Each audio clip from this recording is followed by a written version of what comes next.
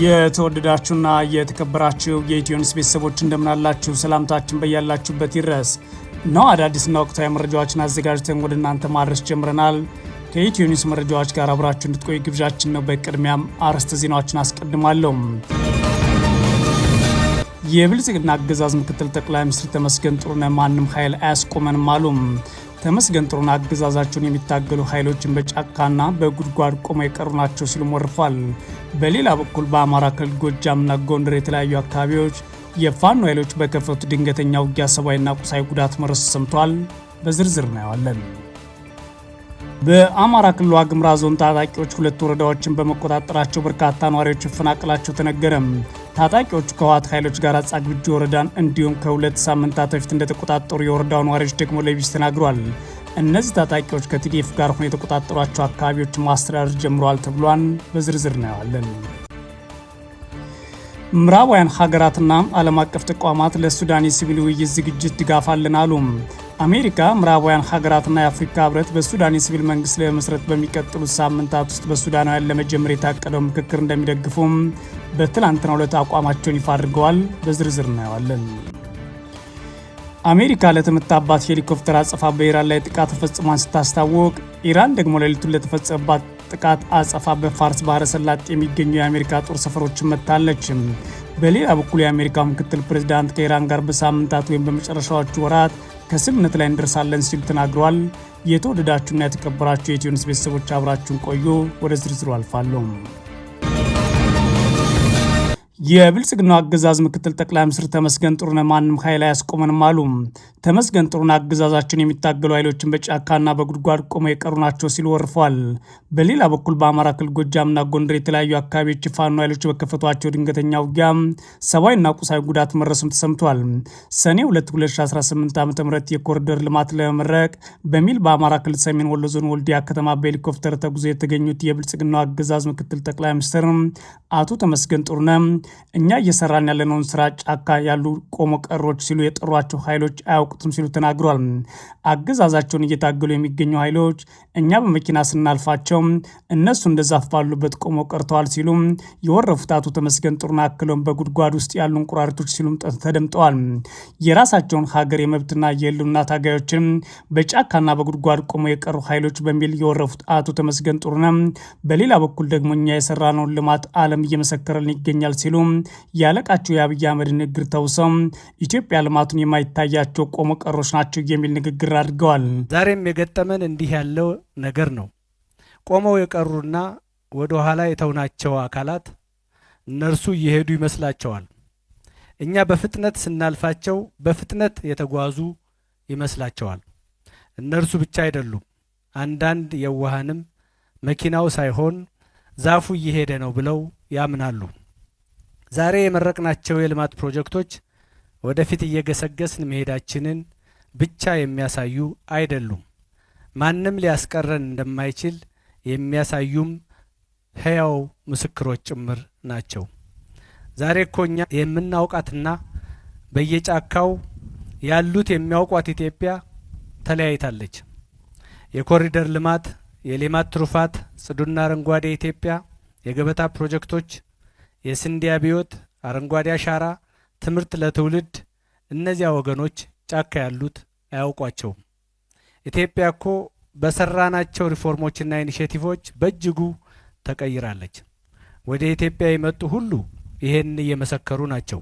በኩሬ ውስጥ ያለች እንቁራሪት ውሃው ሰማይ ይመስላታል እንደሚባለው በጫካና ጉድጓድ ውስጥ ያለ ሰው እነዚህን የኢትዮጵያ ለውጦች ለማየት አልታደለም።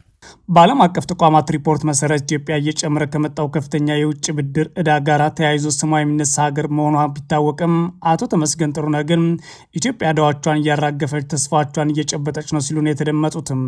የአገዛዙ ምክትል ጠቅላይ ሚኒስትር አቶ ተመስገን ጥሩነህ አክለውም ጠላት ቢሰበሰብ ማንም እኛን ማሰናከል አይችልም ሲሉም ዝተዋል። አቶ ተመስገን በአንድ ትከሻችን ማረሻ በሌላ ትከሻችን በጠመንጃ ተሸክመን አትችሉንም ባይ ናቸው። ክቡራትና ክቡራን፣ ኢትዮጵያ በለውጥ ጎዳና ላይ ናት። ዕዳዎቿን እያራገፈች ተስፋዎቿን እየጨበጠች በመጓዝ ላይ ትገኛለች። ሺህ የኢትዮጵያ ጠላቶች ቢሰበሰቡ የኢትዮጵያን ጉዞ ላፍታም አያስቆሙትም።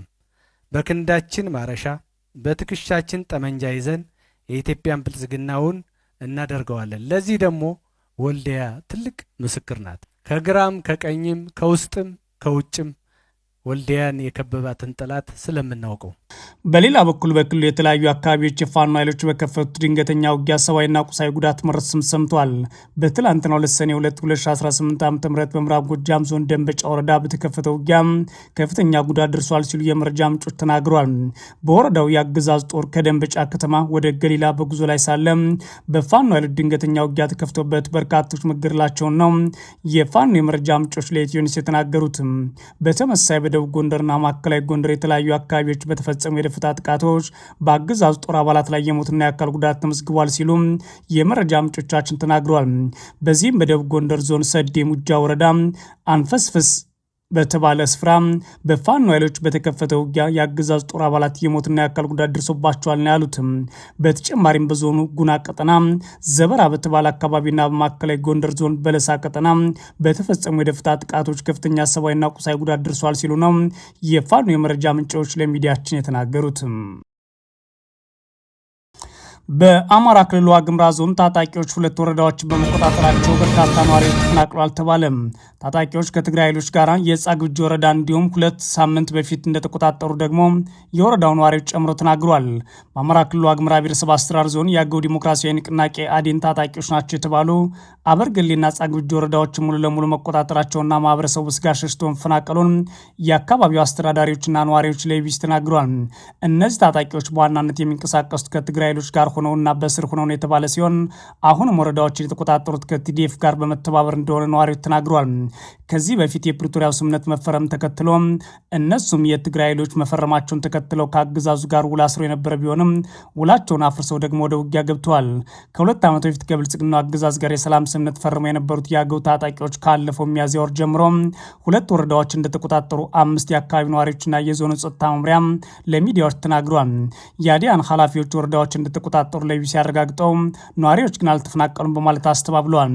በአበርገሌ ወረዳ ሚያዝያ 12 2018 በአካባቢ ሚኒሻዎችና በታጣቂዎች መካከል በከባድ መሳሪያ የታገዘ ግጭት ከተቀሰቀሰ በኋላ እነዚህ ታጣቂዎች በከፊል ተቆጣጥሮ የነበረውን ወረዳ ሙሉ ለሙሉ መቆጣጠራቸው ተነግሯል። ቀኑን ሙሉ ውሏል በተባለው ውጊያ የእነዚህ ኃይሎች ከትግራይ ኃይሎች ጋር ተቀናጅተው እንደተሳተፉ ነዋሪዎችና የዞኑ አስተዳደር ለቢሲ አመላክተዋል። የአዲያን የሚዲያ ኮሚኒኬሽን ኃላፊ ናቸው የተባሉት አቶ ሙልጌታ ካሴም ከህወሓት ኃይሎች ጋር ጣምረው መዋጋታቸውን አስተባብለው አመራሮቻችን አፍነው መውሰድ ሲሞክሩ ግጭቱ ተቀስቅሷል ማለት ተገፍተን ነው ወደ ግጭት የገባ ነው ይላሉ። የዋግምራ ዞን የአገዛዙ የጸጥታ መምሪያ ኃላፊ አለቃ አዘዘው አዳነ የተባሉ ሰው ይህ ከእውነት የራቀ ነው ማለት አስተባብለው እነዚህ ታጣቂዎች ቀድሞ በመዘጋጀት ጥቃት በመፈጸማቸው ግጭቱ እንደተቀሰቀሰ ለቢቢሲ ተናግረዋል። በወረዳውም ግጭቱ የተቀሰቀሰው በታጣቂዎች እንቅስቃሴ ጉዳይ አለመግባባት መፈጠሩ ነው የሚላሉ ነዋሪዎቹ። በመኪና ላይ ያሉ ነው ውጊያ የጀመረው ያሉት አንድ ነዋሪ ሎጂስቲክስ ሊያሳልፉ ከመጡ የአዲያን ታጣቂዎች ጋር ተኩስ ተጀመረ። 20ና 30 ደቂቃ ጠብቆ በ3 ግንባር ከተማዋን ከበቧት ሲሉ ግጭቱ ሲፈነዳ የተመለከቱትን ተናግረዋል። በዚህ ግጭት ንጹሐን ሰዎች እንዳልተጎዱ አመላክተው ከሁለት ተፋላሚ ወገኖች በኩል ግን በርካታ ተዋጊዎች መገደላቸውን ለቢቢሲ ተናግረዋል። የአዲያን ታጣቂዎች ከህወሓት ኃይሎች ወይም ከቲዲኤፍ ጋር በመተባበር ጻግብጂ ወረዳ እንዲሁም ከ2 ሳምንት በፊት ደግሞ እንደተቆጣጠሩ የወረዳው ነዋሪዎች ለቢቢሲ ገልጸዋል። ኢትዮ ኒውስ ከዚህ በፊት እነዚህ አካባቢዎች በታጣቂዎችና በትግራይ ኃይሎች ቁጥጥር ስር መግባታቸው መዘገቧም ይታወሳል። ግንቦት 18 2018 ዓ.ም ከቀኑ 7 ሰዓት አካባቢ አዴንና የትግራይ ኃይሎች በቅንጅት ነው የገቡት ያሉ አንድ የወረዳው ነዋሪ አዝሪያ በሚባል ስፍራ በቡድን መሳሪያ የታገዘ የተኩስ ልውውጥ እንደተጀመረም ተናግሯል። የተኩስ ልውውጡ እስከ 10 ሰዓት ከቆየ በኋላ የመንግስት ኃይሎች ወረዳውን ለቀው ወደ ሰቆጣ መውጣታቸውን ጠቁመዋል። የሚዲያ ኃላፊው አቶ ሙልጌታ ካሴ የሀራ መሬቶች ወይም የትግራይ ታጣቂ ኃይል በቅንጅት አምጥቶ ውጊያ ማስከፈት ስምምነቱን አፍራሽ ነው ማለት አገዛዙን ይከሳሉ። ለትግራይ ክልል አዋሳኝ በሆነው የዋግምራ አካባቢ ራሳቸውን የትግራይ ሰላም ኃይል ብለው የሚጠሩና በተለምዶ የሀራ መሬት ታጣቂዎች የሚንቀሳቀሱበት ሲሆን በዚህ አካባቢ የተከፈተው ውጊያ ከትግራይ ኃይሎችና ከአገው ታጣቂዎች ጋር በመሆን እነዚህ የሀራ መሬት ታጣቂዎች የተጎዱበት እንዲሁም አገዛዙ ሽፋንና ቀጥታ ውጊያ አድርጎ የተሸነፈበት ግንባር ነው ተብሏል። የዞኑ ጸጥታ መምሪያ ኃላፊ ደግሞ ተጨባጭ መረጃ የለኝ በማለት የሀራ መሬት ታጣቂዎች እንቅስቃሴ አላውቅም ሲሉ ክደዋል። ሁለቱ ወረዳዎች በታጣቂዎች እጅ ከገቡ በኋላ በሺዎች የሚቆጠሩ ስደት ያደረገባቸው ነዋሪዎች ቤት ውስጥ ንብረታቸውን ጥለው በተለይም ወደ ዞኑ ዋና ከተማ ሰቆጣ መሸሻቸውን ለቢቢሲ ገልጸዋል ሲል ቢቢሲ ዘግቧል።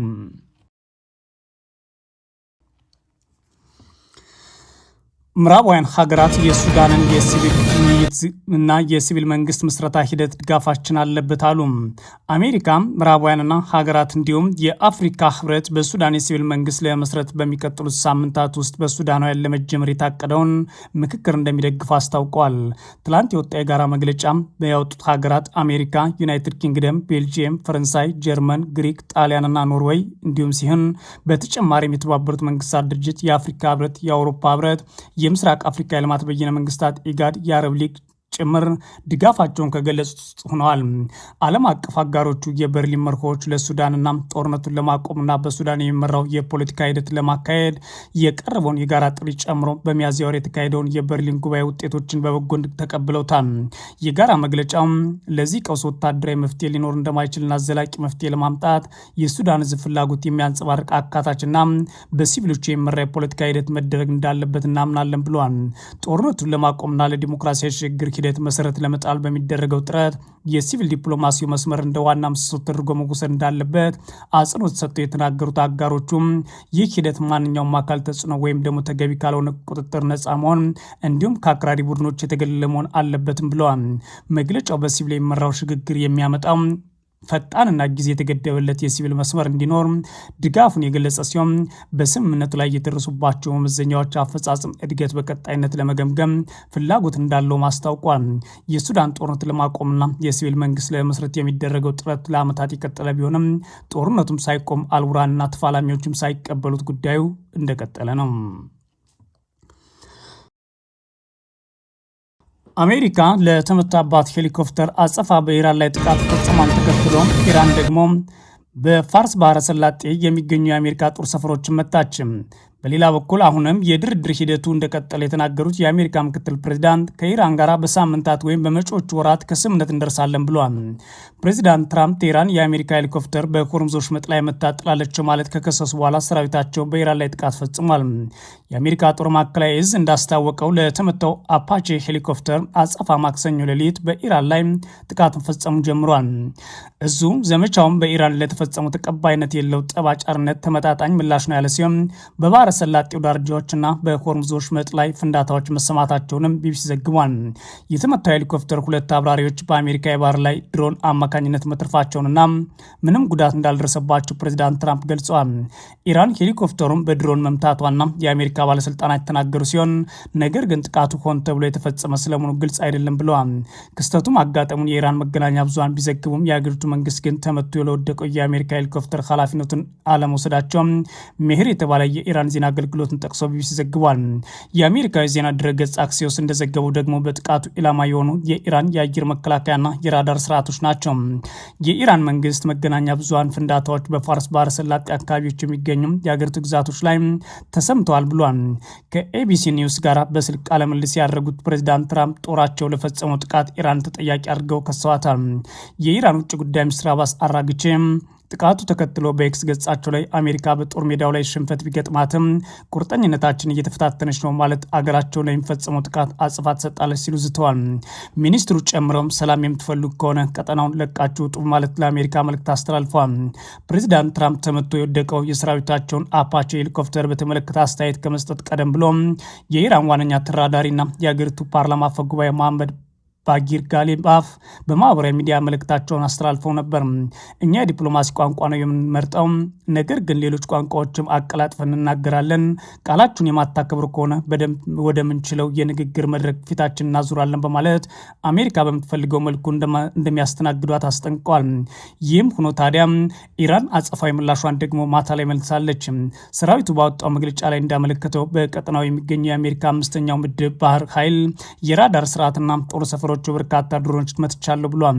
የኢራን ቴሌቪዥን ጣቢያ እንደዘገበው የሀገሪቱ ሰራዊት ጥቃቱን አሜሪካ በደቡብ ኢራን ውስጥ በሚኖሩ ዜጎች ላይ ለፈጸመችው ጥቃት የተሰጠ የአጸፋ ምላሽ ማለት መግለጫው ላይ ጠቅሶታል። የአሜሪካ ምንጮች ጥቃቱን በተመለከተ ባወጡት ዘገባ ኢራን በ4 ሚሳይሎችና በበርካታ ድሮኖች በባህሬን፣ በኩዌት፣ በዮርዳኖስ የሚገኙ የአሜሪካ ጦር ሰፈሮች ላይ ጥቃቶች ፈጽማለች። ለኢራን እስላማዊ አብዮታዊ ዘብ ቅርብ የሆነው ታስኒም የዜና ወኪል እንደዘገበው ደግሞ ኢራን በዮርዳኖስ በሚገኝ የአሜሪካ ጦር ሰፈር ላይ ጥቃት አርሳለች። በዚህም ዋነኛ ኢላማ የነበረው እጅግ ዘመናዊ የሆኑት የአሜሪካ F-35 ተዋጊ ጀቶች የሚቀመጡበት መጠለያ መሆኑን ዘቡን ጠቅሶ ዘግቧል።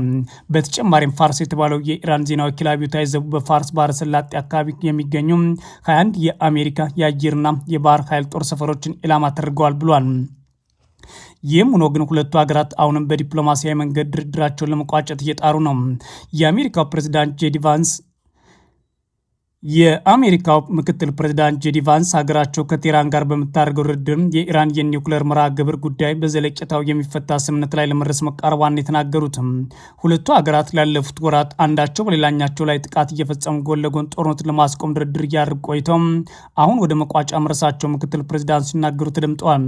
በድርድሩ ወቅት የኢራን የኒውክሌር ይዞታ ያላስማማ ቁልፍ ጉዳይ ሆኖ የቆየ ሲሆን አሁን ቫንስ እንዳሉት በተለይም ወደ መግባባት መቃረባቸውና በቀጣይ ሳምንታትም ወይም ወራት ከስምምነት እንደሚደረስ ገልጸዋል ይላል ቢቢሲ።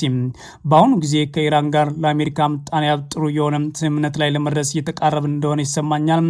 ስምምነቱ የኢራን የኒውክሌር ጉዳይ ፕሬዚዳንት ትራምፕ ስልጣን ላይ እስከሚቆዩበት ጊዜ ድረስ ብቻ የሚፈታ ሳይሆን በዘላቂነት ሀገሪቱ የኒውክሌር ጦር መሳሪያ እንዳይኖራት የሚያደርግ ነው ሲሉ ምክትል ፕሬዚዳንት ቫንስ ለሲቢኤስ ቴሌቪዥን ተናግረዋል። ይህም የመንግስታቸው የፖሊሲ ግብ መሆኑን የገለጹት ቫንስ ያን ግብ ለማሳካት በጣም የተቃረብን ይመስለኛል። ነገር ግን ሌሎች በርካታ የቀሩ ጉዳዮች አሉ። ለዛም መቋጫ ለማበጀት ጥረታችን እንቀጥላለን ብለዋል ሲል ቢቢሲ ዘግቧል። የተወደዳችሁና የተከበራችሁ የኢትዮ ኒውስ ቤተሰቦች መረጃዎቻችን እነዚህ ነበሩ። መልካም ጊዜ እመኛለሁ።